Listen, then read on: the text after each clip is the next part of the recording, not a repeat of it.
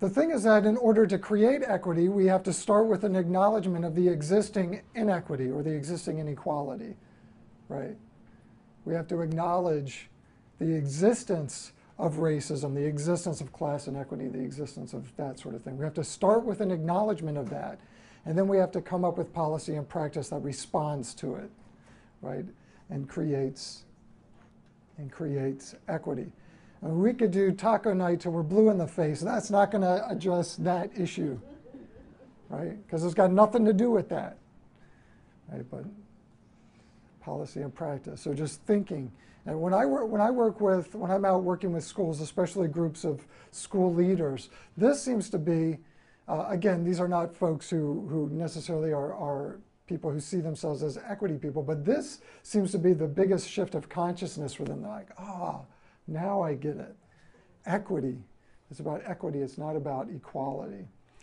The second concept is deficit ideology. We've already sort of talked about that a little bit, but my experience is that there's sort of three different ideologies that are driving conversations about educational access, educational opportunity, and educational equity.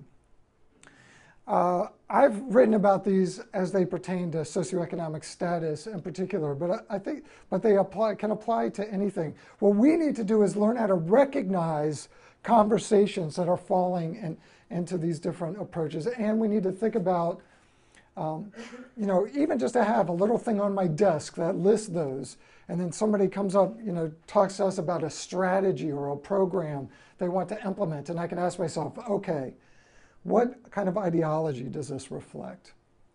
Deficit ideology is a thing that we've been already talking about, so we don't have to spend much time on it now. But deficit ideology is the idea that, you take any kind of social political hierarchy, right? So the wealth hierarchy, and you have wealthy people at the top, poorest people at the bottom. Deficit ideology explains that difference by pointing to supposed deficiencies in poor people. So that's, again, that notion that poor people are poor because of their own deficiencies, that certain groups of color don't do as well in school because their cultures are deficient. It's looking for explanations for outcome inequalities in the people who are marginalized rather than the things that are marginalizing people. Deficit ideology. The second ideology becoming popular now is the grit ideology. Grit ideology kind of spans deficit ideology and structural ideology. It comes originally out of the work of Duckworth. What's Duckworth's first name? What is it? Angela? Doctor? Someone said doctors.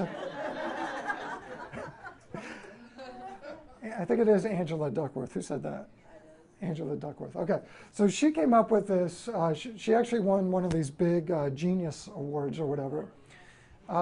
She came up with this theory of that talked about what explains why some students do well in the face of adversity and other students don't do well in the face of adversity, that sort of thing, which is actually quite useful. But the thing that, the term that people have used to capture that thing is grit. Right? The ability to overcome adversity, whatever combination of things, right? And so in some ways it's a useful tool.